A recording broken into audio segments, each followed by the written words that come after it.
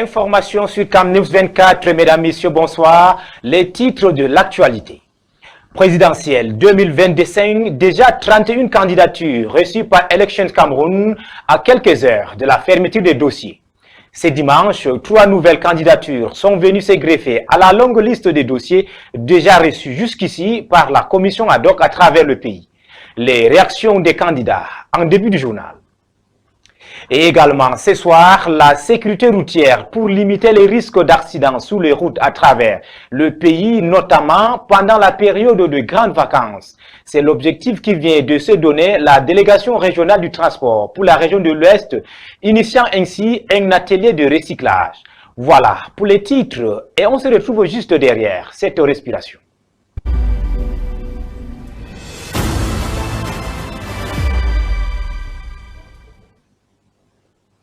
Mesdames, Messieurs, vous faites bien de vous informer sur Cam News 24 IDFM 103 en direct de Garoua dans le Nord Cameroun et merci de choisir nos antennes.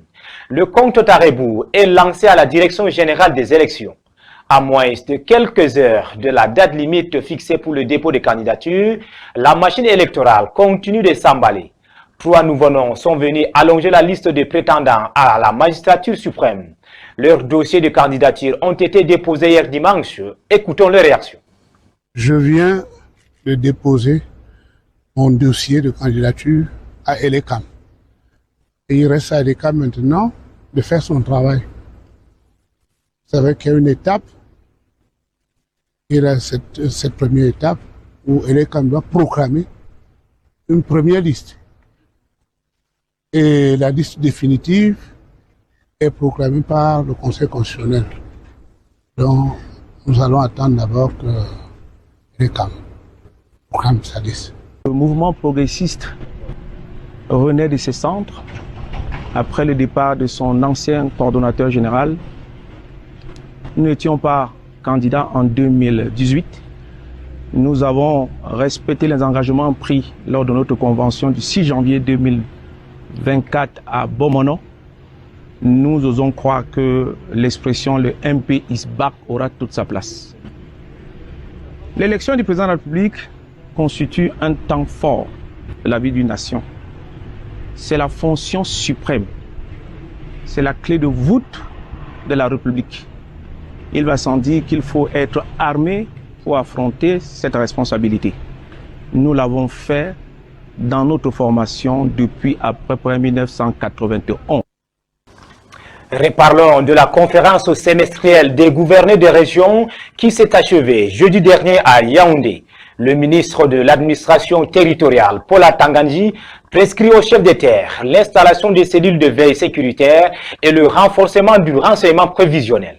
Tout cela, dit-il, pour un bon déroulement de la présidentielle. Cyril Kingembepe. Le Cameroun rentre dans une période cruciale de son histoire. Les autorités administratives doivent veiller à la sécurité des hommes et de leurs biens.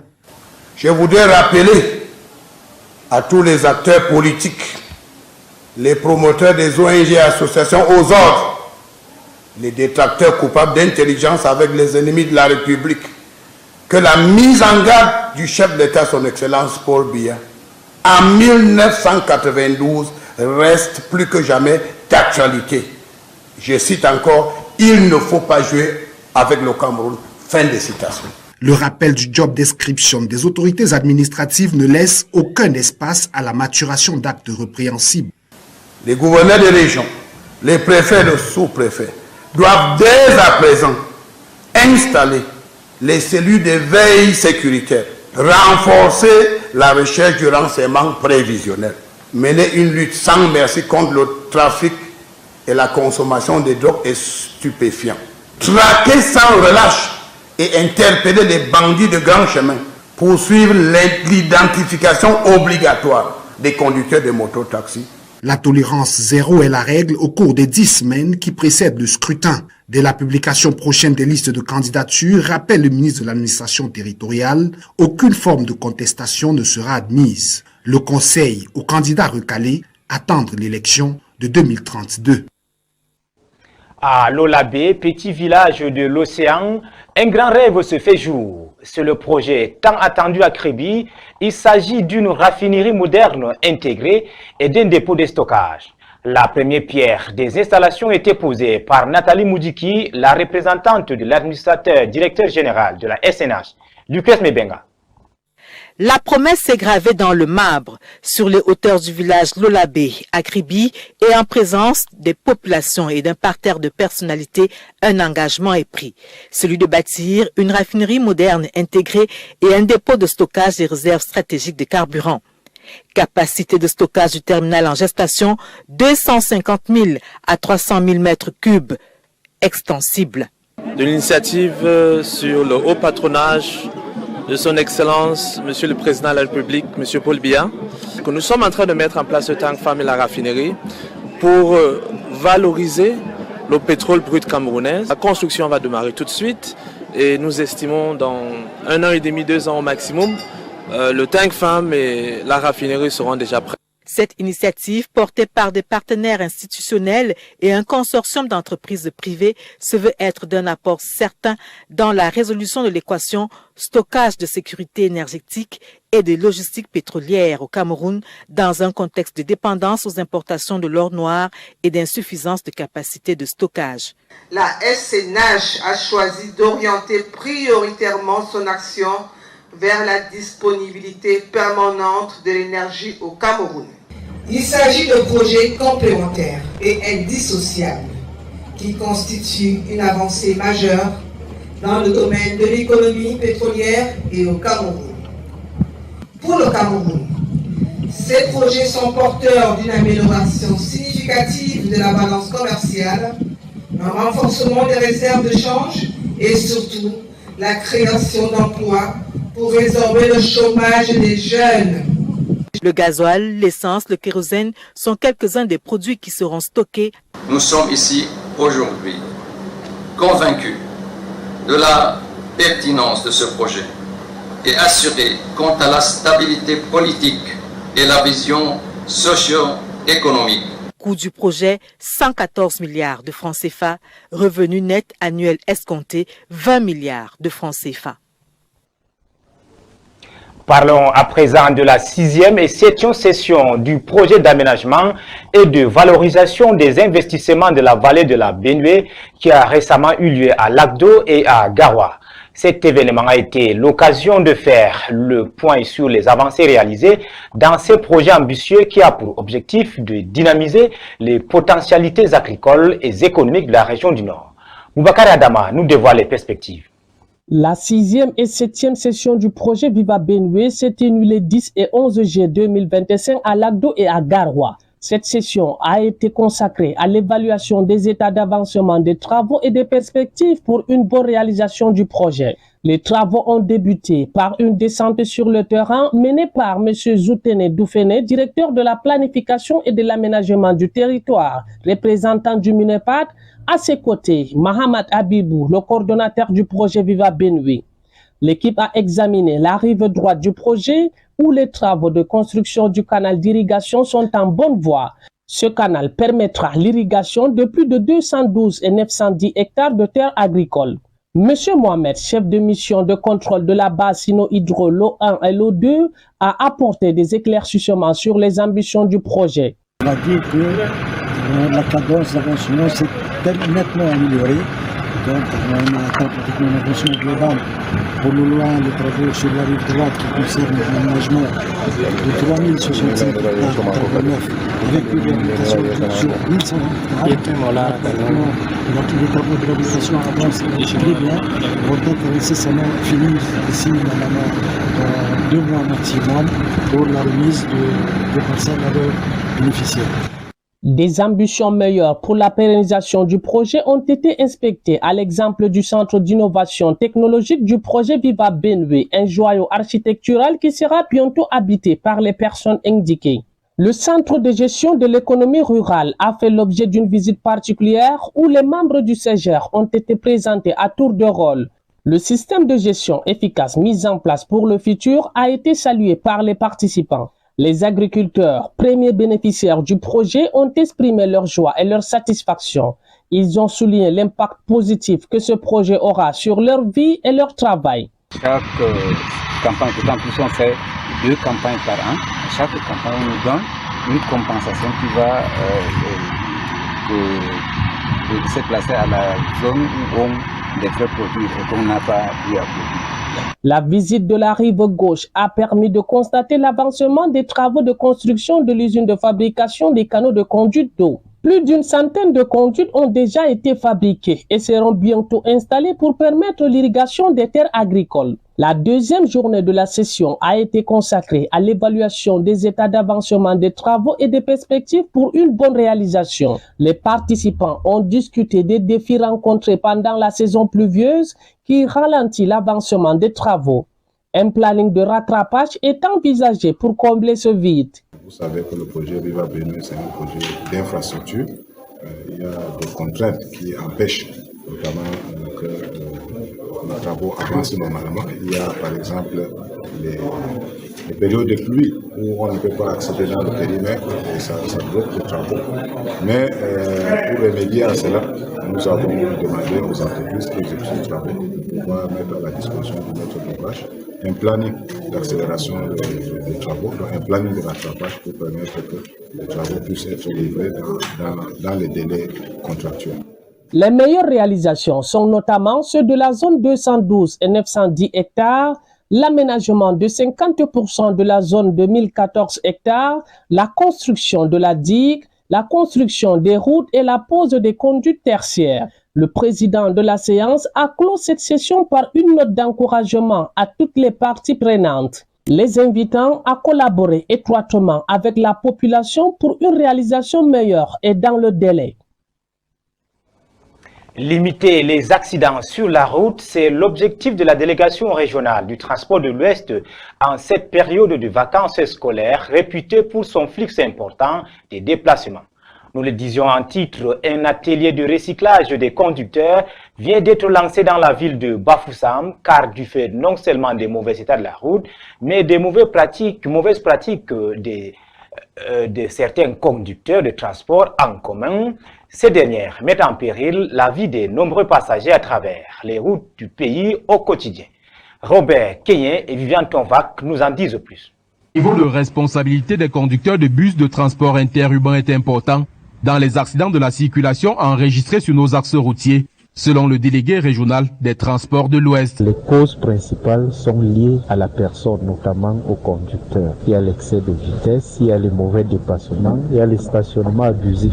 Maintenant, nous ne négligeons pas les autres facteurs, les causes liées à l'état de la route, par exemple, les causes liées à l'état du véhicule. Alors que l'intense trafic noté en cette période de vacances scolaires accroît les risques d'accidents de la circulation, le ministère des Transports vient d'instruire aux responsables d'agences de voyage de recycler leur personnel navigant.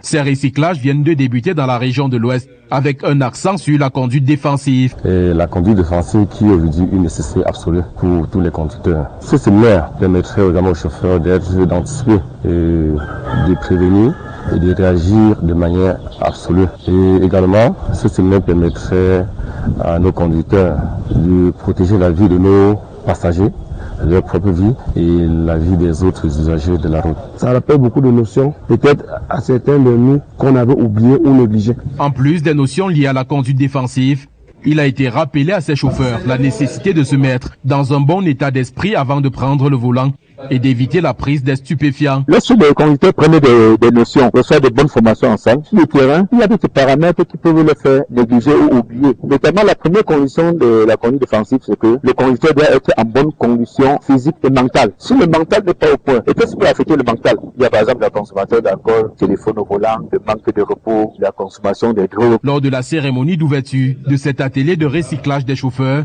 le délégué régional des transports de l'Ouest a rappelé son caractère obligatoire pour toutes les agences de voyage afin de limiter au maximum le nombre d'accidents de la circulation pendant ces vacances scolaires.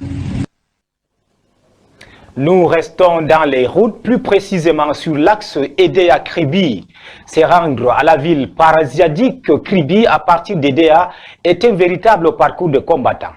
Anthony Depoule et visibilité réduite par les pluies, le danger plane. Florent Zanga. Axe Edea Kribi, bientôt considéré comme l'axe de la mort. Des nids de poules d'une grosseur inacceptable jonchent le long du trajet de 106 km. Quand on prend l'axe Yaoundé, jusqu'à Edea. Quand il faut prendre l'embranchement, Edea Kribi, vraiment, il faut avoir un nouveau souffle. Il y a beaucoup de nids de route en route. Vous trouvez des véhicules qui entrent carrément dans le champ, qui sont à côté, qui sont garés du fait qu'ils ne savaient pas qu'il y avait des nids de poules. Donc du coup, c'est très dangereux en fait. Concernant la route de Kribi, là, seul Dieu est au contrôle de tout. Parce que l'état de ces routes, ça ne ressemble vraiment pas au Cameroun. Le danger plane ici tous les jours lorsqu'il faut emprunter cette route qui sépare la ville d'Edea, la cité balnéaire, la ville touristique Kribi, surtout en saison pluvieuse. Ça réduit la visibilité du chauffeur et ça couvre les nids de poules, ce qui rend vraiment le voyage difficile au conducteur. Parce que quand il pleut, ça devient alors plus qu'impraticable. La visibilité elle est réduite avec les trous. On est obligé d'aller tout doucement. Ces véhicules de transport interurbains rentrent en gare avec à son bord 30 passagers tous pris de panique. Ils ont frôlé le pire face à un gros porteur en essayant d'éviter ces crevasses. La voiture esquivait le trou et une autre voiture venait aussi, voulait esquiver. Ça devait faire une face à face. C'est vrai que dans la voiture, tout le monde a crié. L'axe qui mène vers la ville paradisiaque Kribi est devenu au fil des jours un véritable parcours du combattant. C'est complètement dégradé. Quelque chose qu'on fait 1h30 pour aider, mais maintenant on fait au moins 3 heures du temps. C'est une distance normale d'1h45, mais on se retrouve parfois à faire 3 heures de temps. Parce que quand il pleut, ça devient alors plus qu'impraticable. Sur cet axe, il faut s'en remettre à l'Éternel pour espérer arriver à bon port. Les agences de transport et les propriétaires de véhicules sont devenus depuis quelques mois très fréquents chez les mécaniciens. Les pannes mécaniques, il y a les cylindres à couper, il y a les boulons coupés. Donc à tout moment, les mécaniciens même sont en train de se plaindre que mes chauffeurs, vous conduisez comment? Le gouvernement est interpellé depuis plusieurs mois. Jusqu'ici, rien n'est fait, même pas le petit doigt levé. La population se demande s'il faudrait d'abord avoir un drame pour que les autorités compétentes se mobilisent.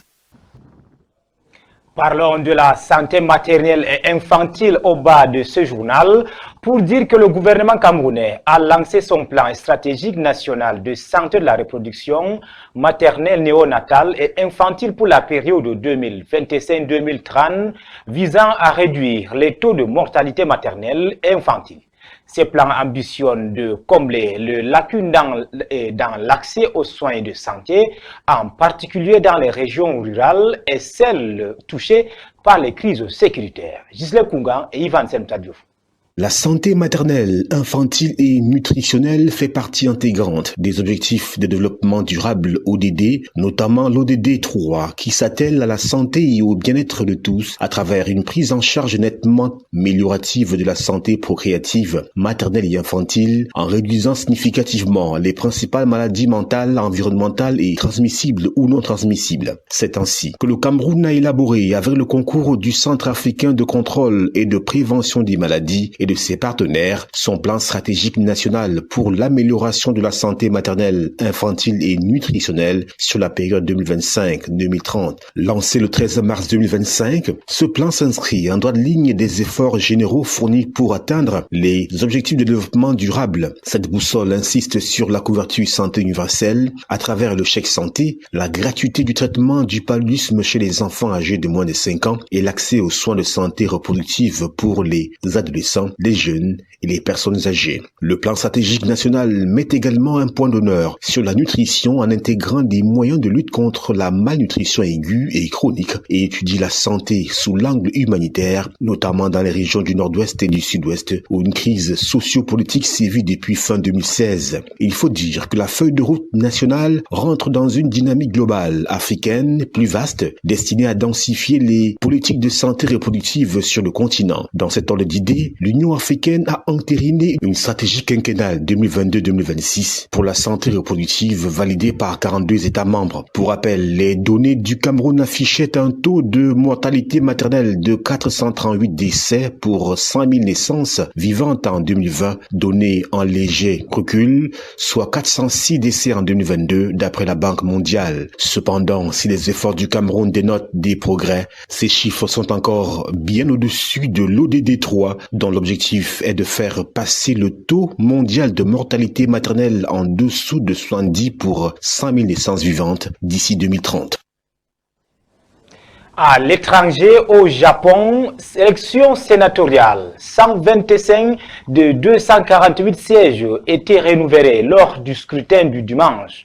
La coalition gouvernementale n'a obtenu que 47 sièges selon les résultats définitifs. Le parti populiste anti-immigration, Sansieto, remporte 14 sièges contre 2 actuellement. Le récit de Sophie Somaï. Il plie, mais ne cède pas. Au lendemain de la défaite de sa coalition aux élections sénatoriales japonaises et désormais sans majorité au Parlement, Shigeru Ishiba est sur la sellette. Mais pour le Premier ministre nippon, hors de question de laisser sa place à la tête du gouvernement. C'est avec un profond regret que nous n'avons pas été en mesure de gagner les sièges. En tant que président du Parti libéral-démocrate, je présente mes excuses les plus profondes et les plus sincères. Nous devons prendre ce résultat avec humilité et sincérité. En fonction depuis 10 mois seulement, Shigeru Ishiba est particulièrement impopulaire aujourd'hui au Japon. La hausse des prix et la menace imminente des droits de douane américains étaient au cœur du scrutin de dimanche. Le prix du riz a presque doublé en un an et le gouvernement a récemment dû puiser dans ses réserves d'urgence pour faire face à la pénurie. Alors ce matin, dans les rues de Tokyo, beaucoup appellent à sa démission. Je ne sais pas comment Shigeru Ishiba peut assumer la responsabilité d'une défaite aussi écrasante. Mais je pense qu'il devrait démissionner. Ce sera difficile. Les partis d'opposition n'écouteront pas le PLD. Ils profiteront de l'impopularité actuelle du PLD. Je pense donc que ce sera difficile pour eux. Le PLD gouverne le Japon de manière quasi ininterrompue depuis 1955, mais cette fois l'opposition progresse. Le parti populiste anti-immigration Sansei-to fait une forte percée, avec 14 sièges remportés contre 2 seulement dans l'Assemblée actuelle. C'est ainsi donc que s'achève cette édition d'information de ce soir sur CamNews 24 IDFM en direct de Garoua dans la région du Nord. Merci pour votre aimable écoute et surtout, passez une excellente soirée en compagnie de nos antennes.